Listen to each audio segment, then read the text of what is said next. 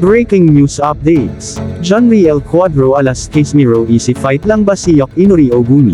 Si John Riel Casimiro ay nakatakdang bumalik sa boxing laban kay Yokinori Oguni ng Japan. Si John Riel Casimiro ay handa para sa isang bagong gawain laban sa isa pang Japanese na kalaban, Sumi Yamada, sa pamamagitan ng PremierBoxingChampions.com, ni Leobert Julian A. de la Peña. Matapos ang 4 na buwan, nagpapatuloy ang paghahanap ni John Riel Casimiro para sa kadakilaan sa boxing. Bago ang unanimous decision na tagumpay laban sa Namibian na kalaban na si Philippos Netomwo para angkinan ng World Boxing Organization, WBO, Global Super Bantamweight title, muling lalaban si Casimiro sa parehong dibisyon, sa pagkakataong ito laban sa Japanese challenger na si Yokinori Oguni sa ika-12 ng Oktubre taong 2023. Ang laban ay magaganap sa sikat na Ari-Ake Arena sa Tokyo, Japan, sa ilalim ng 10-round 122-pound match condition. Ito ay isang malaking laban para sa 3-division world champion at isang malaking stepping stone para sa kanyang pangarap na laban kay Naoya Monster Inoue na kamakailan ay pinag-isa ang bantamweight division matapos ang isang knockout na tagumpay laban kay Stephen Fulton noong isang buwan.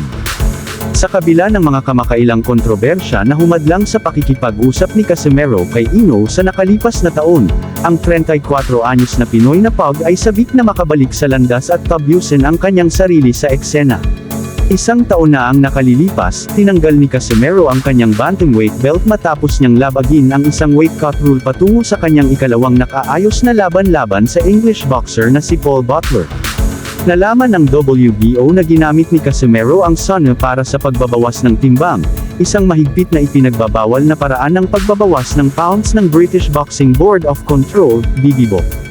Ginawa ng WBO na opisyal ang kanilang desisyon matapos i-post ang aktwal na nakasulat na dokumento ng parusa ni Casimiro kung saan kasama ang kanilang mga batayan at mga dahilan kung bakit pinili nilang tanggalin ang kanyang sinturon. Sa 8 pahinang dokumento, ibinahagi ng WBO ang detalyadong timeline ng mga paglabag ni Casimiro na nilagdaan at binanggit ni Chairman at President Luis Bautista Salas. Pagkatapos ay ibinalik ni Casimiro ang kanyang singsing noong 3 ng Disyembre taong 2022, laban kay Raya Akaho ng Japan at pinatalsik siya sa ikalawang round. Nakuha ng power puncher ang kanyang ikalawang sunod na panalo ng i-out point si Netomwo na ginanap sa Okada Manila Grand Ballroom sa Parañaque. Kung malalampasan ni Casimiro si Oguni, hahanapin niyang hamunin muli si Inoue para sa isang bantamweight mega fight na dapat mangyari 2 taon na ang nakakaraan. Makakaligtas kaya si Casimiro laban sa isa pang Japanese at maka-score ng kanyang ikatlong sunod na panalo?